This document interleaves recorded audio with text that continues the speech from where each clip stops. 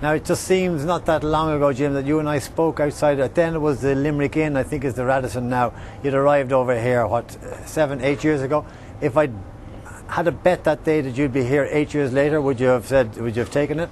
No, I was going to spend more than 2 years here initially, but like once you get in and meet the guys and get into the rugby and and live in the community, it makes it very hard to go. And I think enjoying myself in all those aspects of my life has just been one of those things where I'll stay 2 years and then I'll stay another 2 years and then I'll stay another 2 years, and it kind of rolled on from that. I was just enjoying myself so much, and having the opportunity to play and coach with this team, has just been fantastic for me.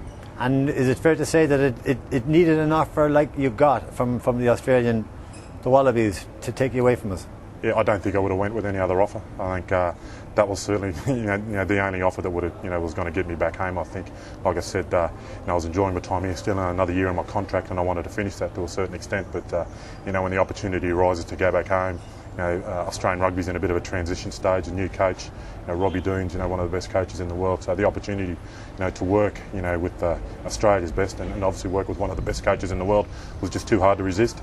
Now, obviously, you wouldn't have stayed if you weren't enjoying yourself. You must have had some wonderful times, some maybe disappointing times. Which in terms of both, you talk about the good days. Yeah, certainly. I mean, all those important games that we won. The Gloucester matches. Being a part of those was fabulous. Getting into the semi-finals. Against Toulouse and against Wasps.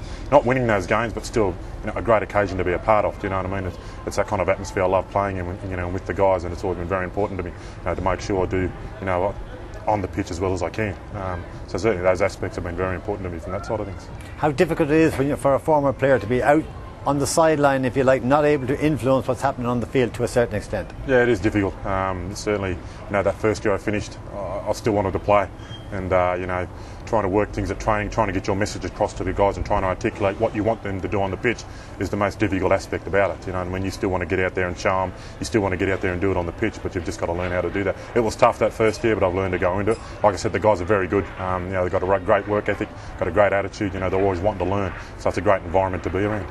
Now, Jim, you must know the standing you're held on in Munster. You know the standing Declan Kidney is held in Munster. You know the standing Anthony Foley is held in Munster. 3 are going at the end of the season. What does that mean for Munster Rugby? Yeah, it's just one of those things. The time's come, and obviously Declan, has got opportunities, that he needs to pursue, and and Axel's just had a great career, and certainly, he's called a time on that. But I'm sure he'll be involved in Munster Rugby at some stage, I'd like to think. But it is a big transitional change. A few players are leaving as well, as it does. So it's a bit of that cycle's ended there. When players are getting on as well. So over the next few years, you're going to see, some big changes as well within the playing staff. So it's but it is going to be a very emotional day. But as Declan's mentioned earlier, we just got to keep that in check and make sure we can bring it out after the finals over. Declan has said, and I'm sure you agree, that a measure of a person, a measure of a coach is how well you leave a squad when you left it from when you arrived. You've definitely left the squad, the Munster squad, stronger than the day you arrived here back whenever. Yeah, I'd like to think so. I'd like to think I've brought something to the to the team on the pitch and off the pitch. Whether it's attitude, whether it's something I've done at training. Certainly from those sort of things, I like to think I've contributed something. It's like I said, it's been fantastic. The guys are just dying for information all the time, dying to learn, and it's certainly it showed. But certainly a great pleasure to be a part of. A few tough days ahead of you, never mind the fact of the match on Saturday in Millennium Stadium, but a few lasts. This will be your last training session in UL. There'll be a few more last things there'll be a day will be the last time you go through the Jack Lynch tunnel. The people of Munster will hold you very, very closely in their affections, Jim, and I presume you will share that with them.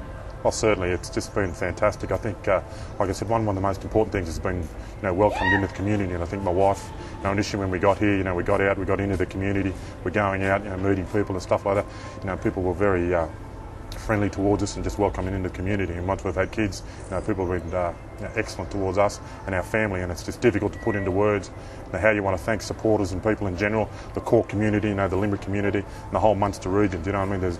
There's never enough words I could say to thank the people, but simply just to thank them for that the interest that they've shown in me, the interest that they've shown in my family and the team, and certainly sometimes there's been a bit of criticism, but you'd rather hear that face to face, and the Munster fans are very good at showing their feelings and just letting you know how they feel, and I really do appreciate that. I think, Jim, that on Saturday in the Millennium Stadium, the Munster fans will let Jim Williams know exactly what they thought of him, and thank you on their behalf for a marvellous occasion having you here, kid. Excellent. Thanks very much, Pat.